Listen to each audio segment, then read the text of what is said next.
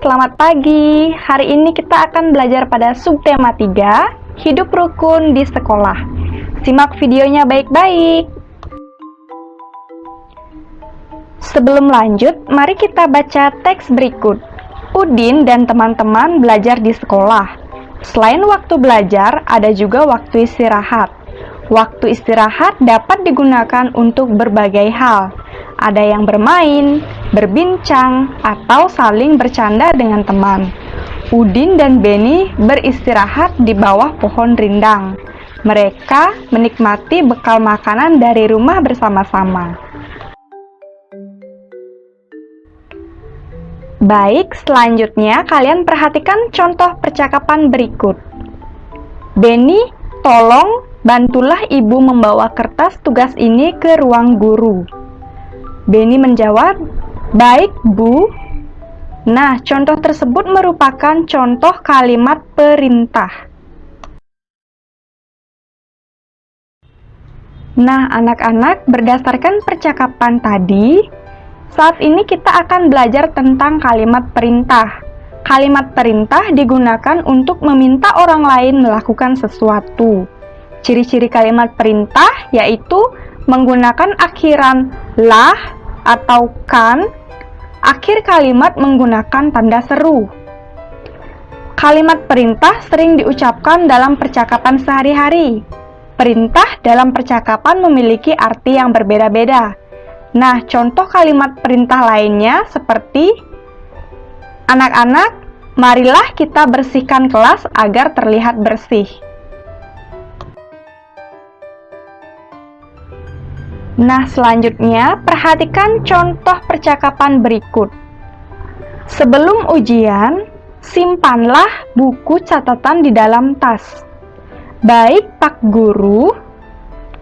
Manakah kalimat perintah dalam percakapan Pak Guru dan siswa? Nah, kalimat perintah dalam contoh tersebut adalah sebelum ujian, simpanlah buku catatan di dalam tas.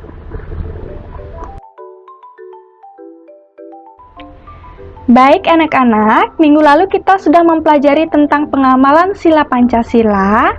Saat ini kita akan mempelajari pengamalan sila Pancasila di sekolah.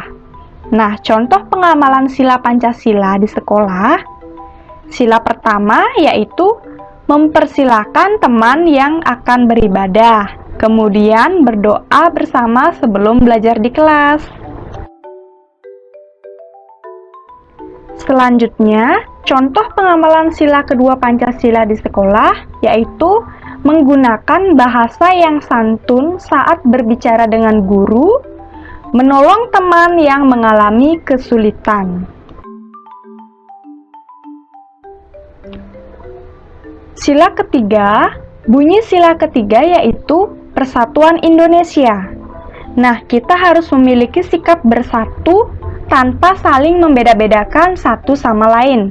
Contohnya bermain dengan teman dari berbagai suku bangsa.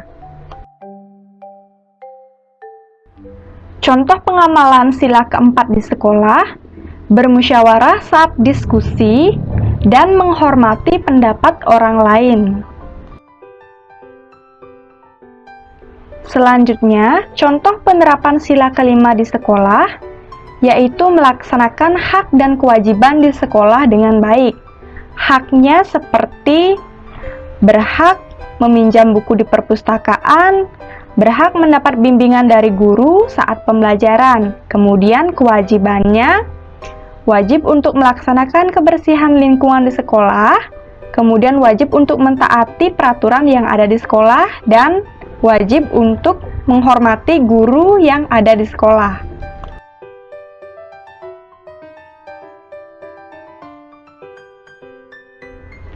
Baik, selanjutnya mari kita belajar tentang penjumlahan bilangan bernilai ratusan. Perhatikan contoh berikut. Made mempunyai 136 butir kelereng, Jonas mempunyai 127 butir kelereng. Berapa jumlah kelereng keduanya? Penyelesaian soal penjumlahan dapat dilakukan dengan cara 1. Bantuan gambar 2 bersusun panjang, 3 bersusun pendek.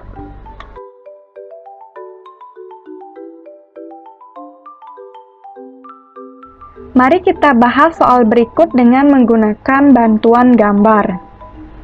Made memiliki 136 kelereng.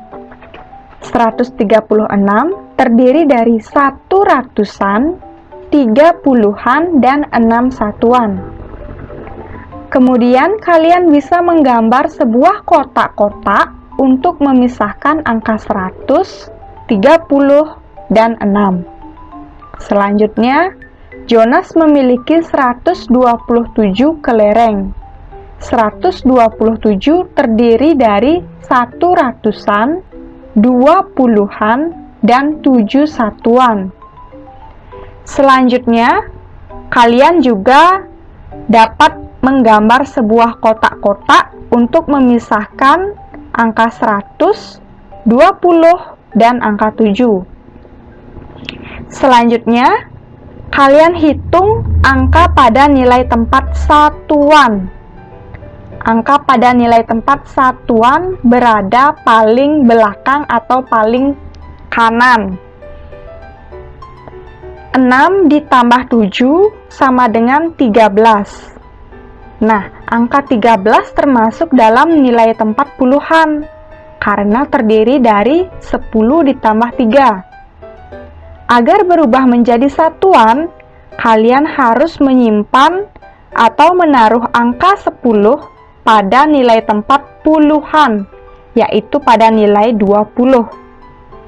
Selanjutnya, menghitung nilai puluhan. 30 ditambah 20 dan ditambah 10. 10 didapat dari angka yang berpindah dari satuan.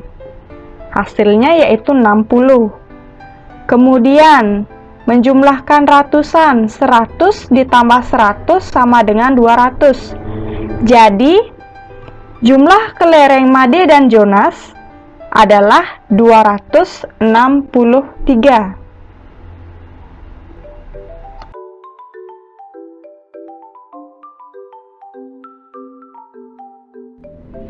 Selanjutnya, kita akan menggunakan cara bersusun panjang.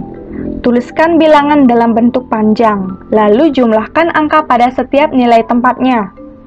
136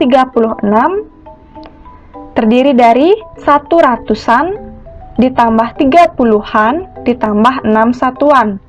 Kemudian 127 terdiri dari 100-an, 20-an, dan 7 satuan.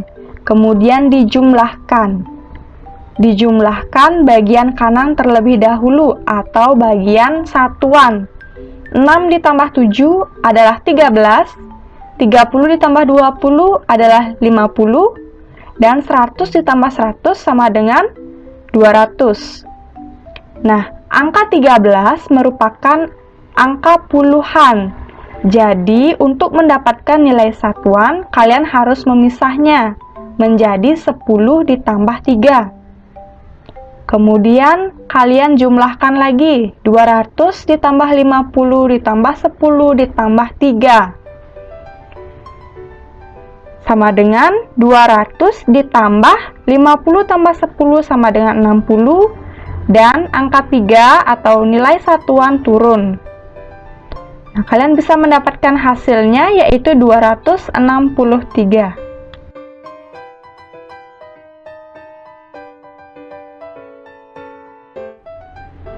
Kemudian, menggunakan cara bersusun pendek. Susunlah ke bawah bilangan yang akan dijumlahkan sesuai nilai tempatnya. 136 dan 127, kemudian dijumlahkan atau ditambah. Jumlahkan satuan, 6 ditambah 7 sama dengan 13. Nah, simpan 1 pada nilai puluhan. Kemudian, jumlahkan puluhan. 1 ditambah 3 ditambah 2 sama dengan 6. Selanjutnya, kita menjumlahkan bagian depannya. 1 ditambah 1 sama dengan 2. Jadi 136 ditambah 127 sama dengan 263. Nah, anak-anak, itulah 3 cara untuk menjumlahkan bilangan ratusan. Kalian bisa pilih salah satu untuk menjumlahkan nilai ratusan.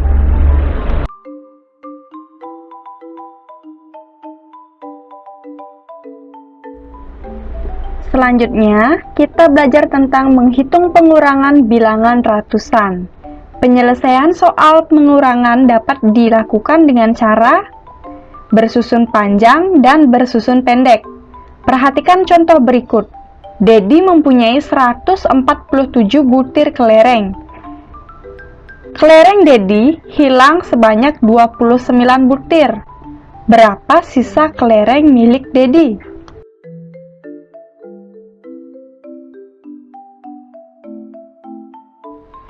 Selanjutnya, menggunakan cara bersusun panjang. Tuliskan bilangan dalam bentuk panjang, lalu kurangkan angka pada setiap nilai tempatnya. 147 terdiri atas 1 ratusan ditambah 4 puluhan ditambah 7 satuan. 29 terdiri dari 2 puluhan ditambah 9 satuan. Kemudian kalian kurangkan pada bagian satuan terlebih dahulu, yaitu 7 dikurang 9. Nah, karena tidak bisa, hal ini dikarenakan nilai satuan pada bilangan pertama, yaitu 7, lebih kecil dari bilangan kedua, yaitu 9.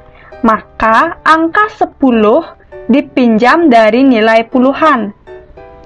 Jadi hasilnya 147 sama dengan 100 ditambah 30 ditambah 17. Kemudian 29 sama dengan 20 ditambah 9.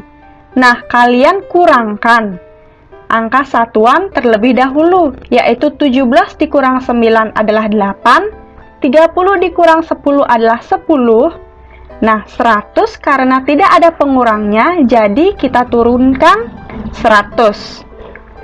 Hasilnya adalah 100 ditambah 10 ditambah 8 sama dengan 118. Jadi, pengurangan dari 147 dikurang 29 adalah 118.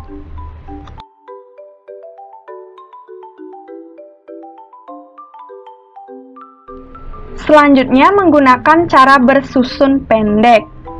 Susun ke bawah bilangan yang akan dikurangkan sesuai nilai tempatnya. 147, 29 dikurangkan. Kita kurangkan nilai satuan terlebih dahulu, yaitu 7 dikurang 9. Nah, karena bilangan yang pertama, yaitu 7, lebih kecil dari bilangan kedua, yaitu 9, maka meminjam 10 pada bagian puluhan.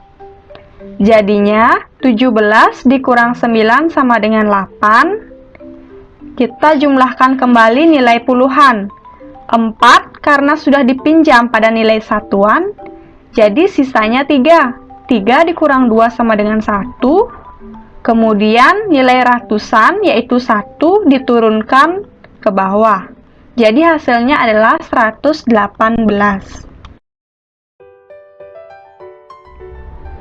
Selanjutnya, kita akan belajar tentang menggambar imajinatif. Nah, pernahkah kalian menggambar? Gambar dibuat dengan coretan alat tulis pada media gambar. Media gambar dapat berupa kertas, daun, kain, atau papan.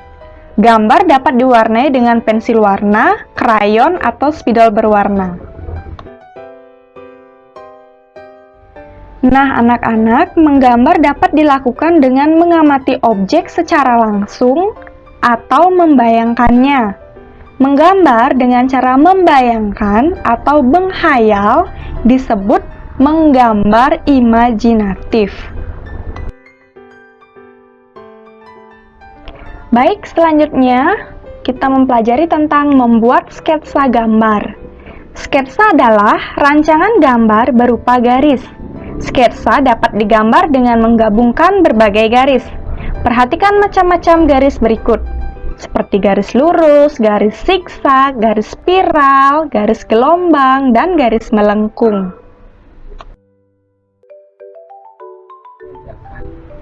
Ayo kita membuat sketsa di kertas gambar kalian. Jika kalian ingin membuat gambar ikan, kalian bisa mengikuti tahapan-tahapan berikut. Baik, hanya demikian pembelajaran pada subtema 3. Selanjutnya kalian kerjakan tugas ketiga.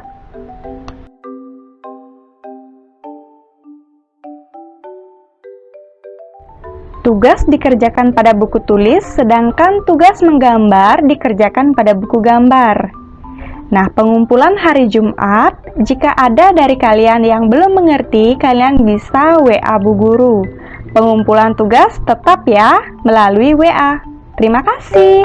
Selamat belajar anak-anak.